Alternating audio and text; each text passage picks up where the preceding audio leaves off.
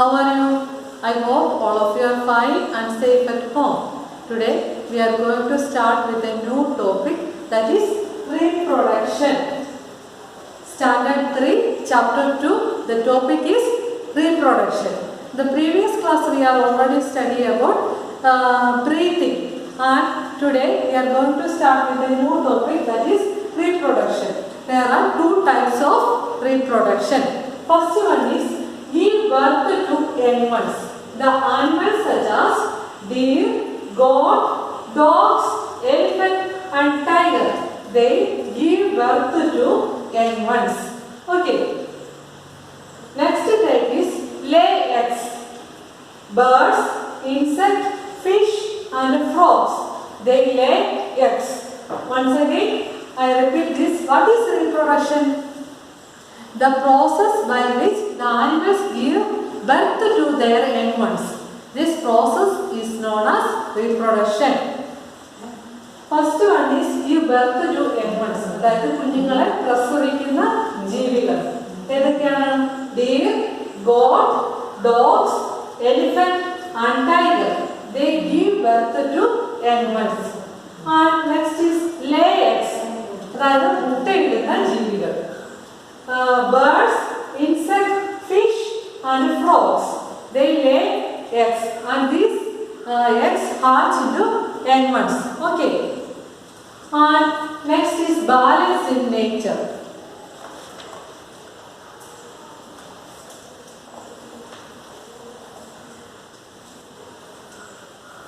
Balance in nature. Can you see this? Balance in nature. Animals directly or indirectly depend on plants. We know that some animals eat plants, so they directly depend on plants for food. Plants and animals depend on each other. Okay.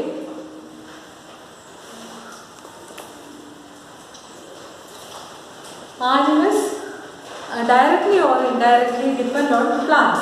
നമുക്കറിയാം animals direct ആയിട്ടോ indirect ആയിട്ടോ പ്ലാന്റ്സിനെ അവയുടെ ഫുഡിന് വേണ്ടിയിട്ട് depend ചെയ്യുന്നുണ്ട്. അപ്പോൾ ചില animals direct ആയിട്ട് തന്നെ പ്ലാന്റ്സ് കഴിക്കും.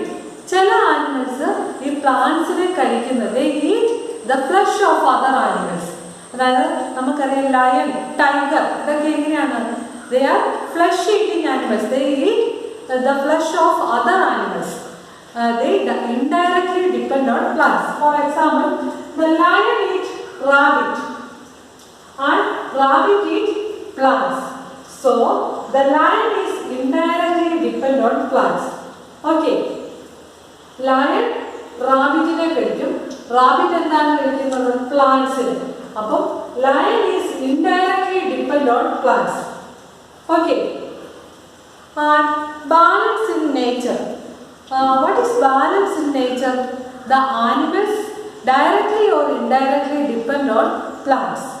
Some animals eat plants. Okay. And look at the board. The plants provide shelter to animals. അതായത് പ്ലാന്റ്സ് ആനിമൽസിന് എന്ത് നൽകുന്നുണ്ട്? ഷെൽട്ടർ നൽകുന്നുണ്ട്. They depend on animals for making their food. Plants depend on animals for making their food. അതായത് ആനിമൽസിനെ plants depend ചെയ്യുന്നു എന്തിനു വേണ്ടിയിട്ട്? Food making പ്രോസസ്സിൽ അവയ്ക്ക് ആവശ്യമായിട്ടുള്ള കാർബൺ ഡയോക്സൈഡ് കിട്ടുന്ന എവിടെ നിന്നാണ്? ആനിമൽസിൽ നിന്നാണ് കിട്ടുന്നത്. എങ്ങനെയാണ്? ആനിമൽസിന്റെ ബ്രീത്തിങ്ങിലൂടെ അവയ്ക്ക് കിട്ടുന്ന carbon dioxide. The animals given out carbon dioxide through breathing. This carbon dioxide is used for plants for making their food. Okay. So, plants depend on animals for making their food. Plants use carbon dioxide to make their food. Plants food ഉണ്ടാക്കാൻ എന്തൊക്കെ കാര്യങ്ങളാണ് ആവശ്യമുള്ളത്? What are the factors that are essential for food making process of plants? Sunlight, water, carbon dioxide and air. Okay. So, plants use carbon dioxide to make their food. Plants given out oxygen during their അതായത് പ്ലാന്റ്സിന് carbon ഡയോക്സൈഡിനെ ആനിമൽസിൽ നിന്ന് കിട്ടുന്നു. ആനിമൽസിന് ആവശ്യമായിട്ടുള്ള ഓക്സിജനെ plants അവരുടെ food making പ്രോസസ്സിലൂടെ തിരികെ കൊടുക്കുന്നു. Okay, plants given out oxygen during their food making process. This gas is used by animals for breathing.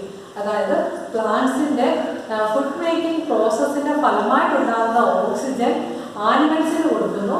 ആ ഓക്സിജൻ ഉപയോഗിച്ച് ആനിമൽസ് എന്ത് ചെയ്യുന്നു? ബ്രീത്ത് ചെയ്യുന്നു. Okay, so animals and plants are depend on each other. Okay, once again I repeat this: balance in nature.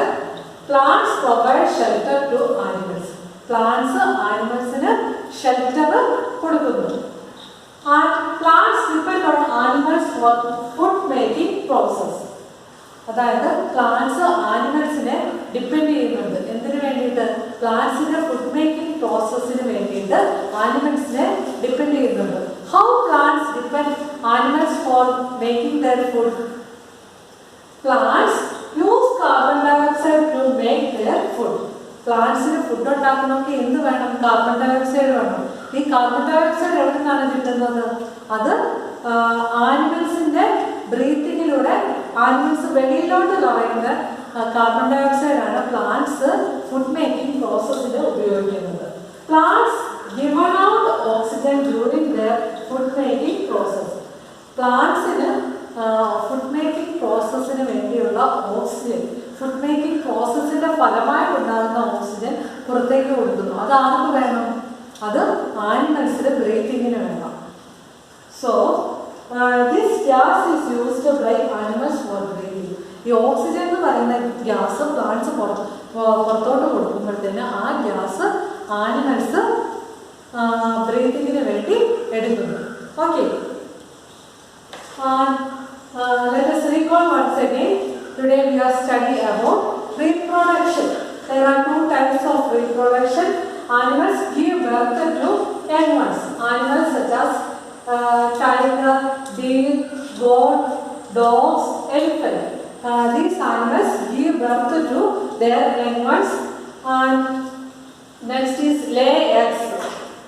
Birds, insect, fish, frogs, they lay eggs. And the lion eat rabbit and rabbit eat plants. So animals directly or indirectly depend on plants for their food.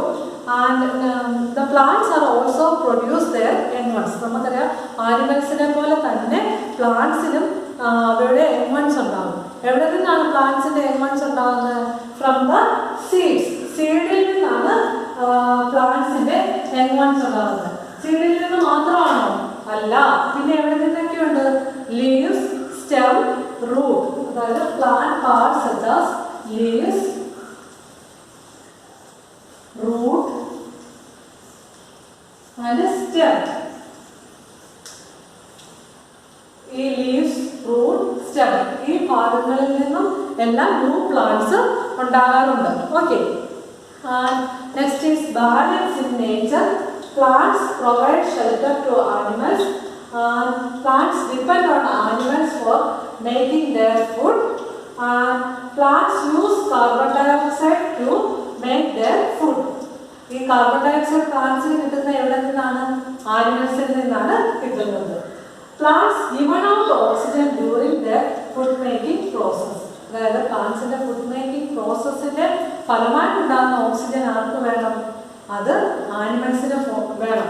This gas is used by animals for breathing. And animals also help in carrying seeds of plants to far off places. അതായത് animals പ്ലാന്റ്സിന്റെ ഫ്രൂട്ട്സിന്റെ fleshy part കഴിക്കും. എന്നിട്ട് അതിന്റെ seed എന്ത് ചെയ്യും? they carry seed of plants to far off places. Okay, this is our second chapter. Our second chapter is over. You study well and we will meet in the next class. Thank you.